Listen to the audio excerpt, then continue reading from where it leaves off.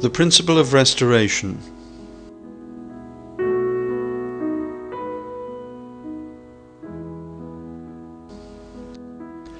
The providence of restoration refers to God's work to restore the fallen people to their original unfallen state, so that they may fulfill the purpose of creation.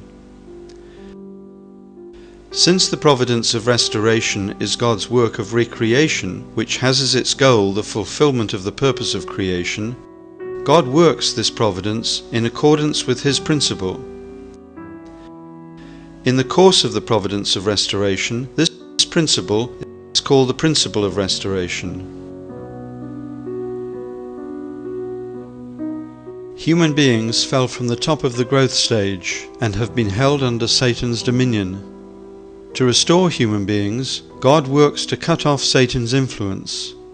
For this, we must have the original sin removed.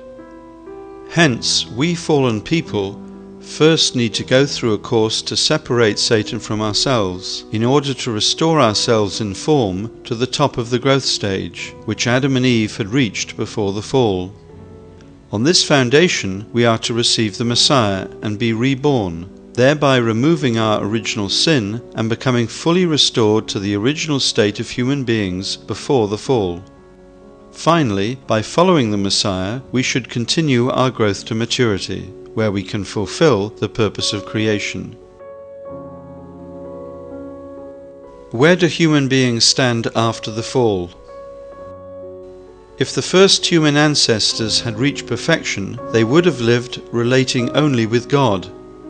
However, due to their fall, they joined in a kinship of blood with Satan.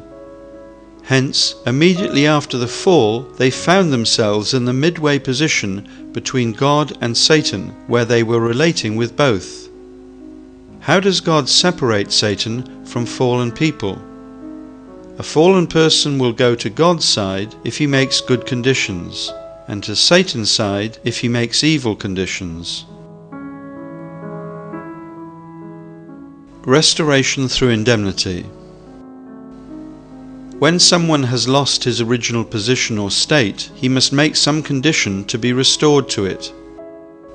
The making of such conditions of restitution is called indemnity.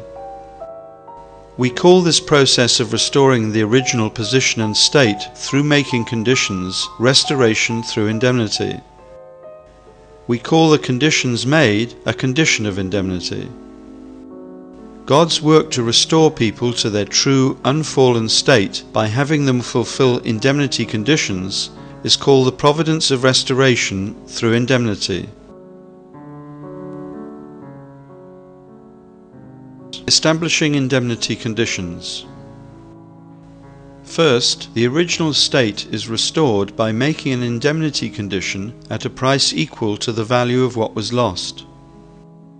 Second, the original state is restored by making an indemnity condition at a price less than the value of what was lost.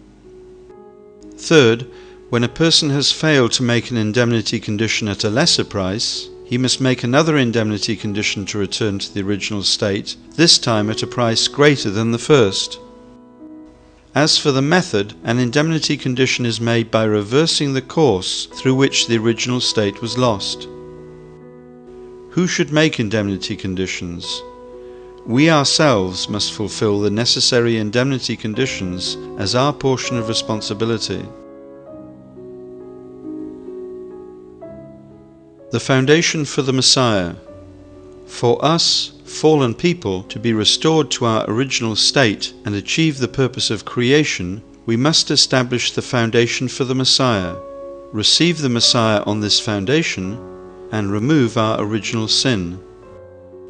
What indemnity conditions are required for establishing the foundation for the Messiah? Since an indemnity condition is established through a reverse course of the failure, we must first know how Adam failed to achieve the purpose of creation. First, Adam should have established the foundation of faith by keeping strictly God's commandment and passing through a set growing period. Second, Adam should have laid the foundation of substance. After establishing an unshakable foundation of faith, he was then to become one with God, thereby becoming a perfect incarnation of the Word and attaining individual perfection. However, Adam failed to establish these conditions, and thus failed to achieve the purpose of creation.